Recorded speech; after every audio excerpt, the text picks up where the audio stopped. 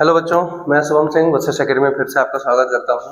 जैसा कि पिछले वीडियो में हमने देखा कि जो हम टॉलेंट टेस्ट अच्छे से पढ़ चुके थे कि टॉलेंट टेस्ट बेटा ऐसा था कि वो एल्डिहाइड और कीटोन के बीच में अंतर बता रहा था।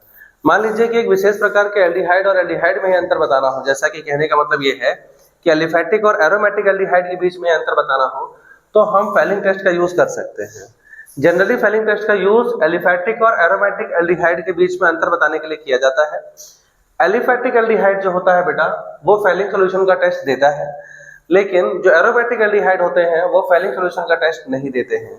अब इस टेस्ट में होता क्या है या फेलिंग सॉल्यूशन क्या है, इन सब के बारे में हम आगे वीडियो में जानेंगे। तो चलिए शुरू करते हैं। बेटा फेलिंग सॉल्यूशन जो है वो दो प्रकार के सॉल्यूशन का एक मिक्सचर होता है, जिसमें एक सॉल्यूशन ए होता है जो कि एक्वस कॉपर सल्फेट होता है, यानी जलीय कॉपर सल्फेट जो कि नीले रंग का होता है, और दूसरा उसमें हम सोडियम पोटेशियम टार्ट्रेट और NaOH मिलाते हैं जो कि हमारा सॉल्यूशन बी के रूप में होता है, यानी कि sodium potassium tartrate, sodium potassium tartrate और ये आपका सोडियम हाइड्रोक्साइड, ये आपका क्या है मिक्स में आपका सॉल्यूशन बी है।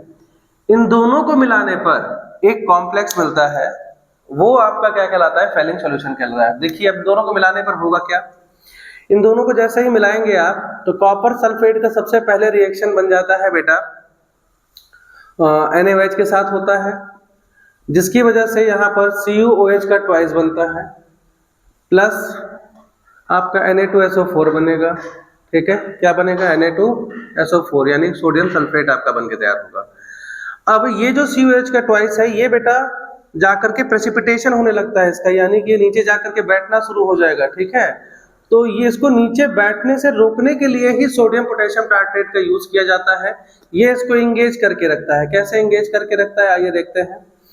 तो OH OH CH CH साथ में COOK, यहाँ पर COONA, और देखिए यहाँ क्या होगा, ये जो CuOH के जो ट्वाइस है इसको आप ऐसे लिख सकते हो OH OH।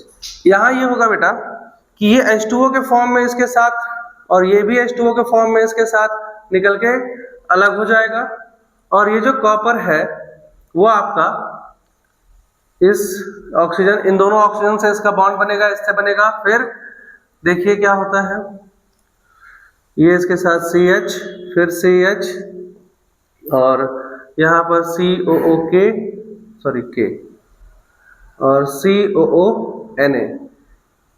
ये क्या करता है कि ब्लू कॉम्प्लेक्स बनाता है, ब्लू कॉम्प्लेक्स सॉल्यूशन होता है बेटा, ये एक ब्लू कॉम्प्लेक्स सॉल्यूशन होता है ये।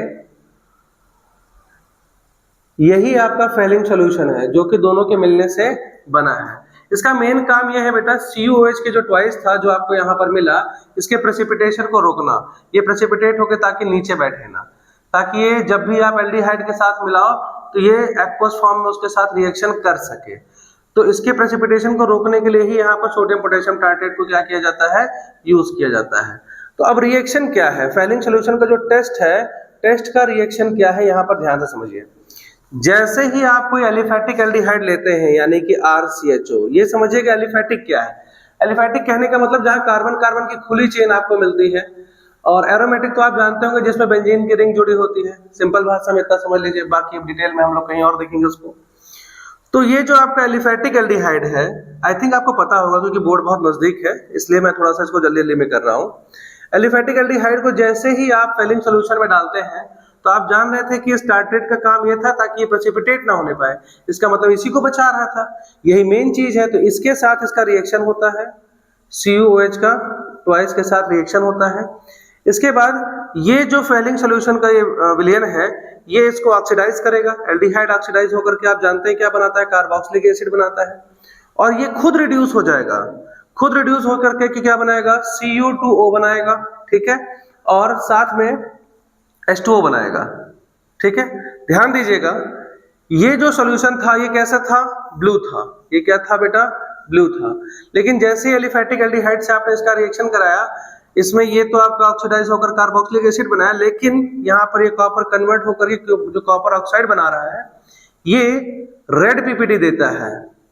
तो ऑब्जर्वेशन बेटा जब आप करोगे तो वो कैसा होगा कि जब हम एलिफेटिक एल्डिहाइड को फेलिंग विलेन में मिलाएंगे तो उसका ब्लू कलर गायब होने लगेगा और कौन सा रंग आपको प्राप्त होने लगेगा, रेड कलर की प्रेसिपिटेशन प्राप्त होने लगेगा। तो अगर ब्लू कलर से वो रेड कलर में चेंज हो रहा है, इसका मतलब जो आपने लिया है वो क्या है, एलिफेटिक एल्डिहाइड है। एरोमेटिक एल्डिहाइड ये रिएक्शन नहीं देता है। इसका मतलब अगर आपको कभी भी कुछ कन्वर्जन में दिया, मतलब टेस्ट दिया जाए कि आपको फॉर्मल्डिहाइड या फिर एस्टल्डिहाइड का डिफरेंस बेंजल्डिहाइड से करना है, खासकर एरोमेटिक से करना है, तो आप उसे बड़े आराम से डिफाइन कर सकते हो, क्योंकि एरोमेटिक को जब आप इसके साथ मिलाओगे तो वो रेड पीपीटी नहीं देगा, ब्लू कलर रिमेन बचा रह जाएगा।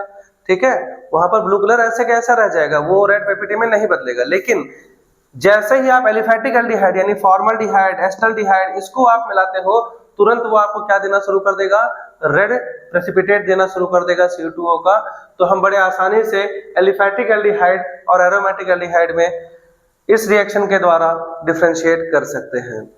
अब इसके कुछ क्वेश्चंस होंगे जो कि हम नेक्स्ट वीडियो में देख लेंगे, और उसमें आपको मैं टॉलन और फेलिंग दोनों से होने वाले जो क्वेश्चंस हैं उनके बारे में आपसे चर्चा करूंगा, और कैसे हम उसमें चेंजेस लाएंगे, कैसे मतलब उस रिएक्शंस को देखेंगे कि किस प्रकार से हम एल्डिहाइड और कीटोन में अंतर करते हैं, किस प्रकार से हम एरोमेटिक और एलिफेटिक एल्डिहाइड में अंतर करेंगे। तो उसके लिए क्वेश्चंस आपको अगले वीडियो में मिल जाएंगे। आई थिंक आपको ये बात समझ में आ गई होगी, फेलिंग सॉल्यूशन टेस्ट आपको क्लियर हो गया होगा। नहीं क्लियर हो, अगर कोई पॉइंट में आपको दिक्कत लगती है तो कमेंट करके बताएं, और मैं हट जाता हूँ, आप इसको नोट कर लें, और मिलते हैं अगले वीडियो में। Thank you very much.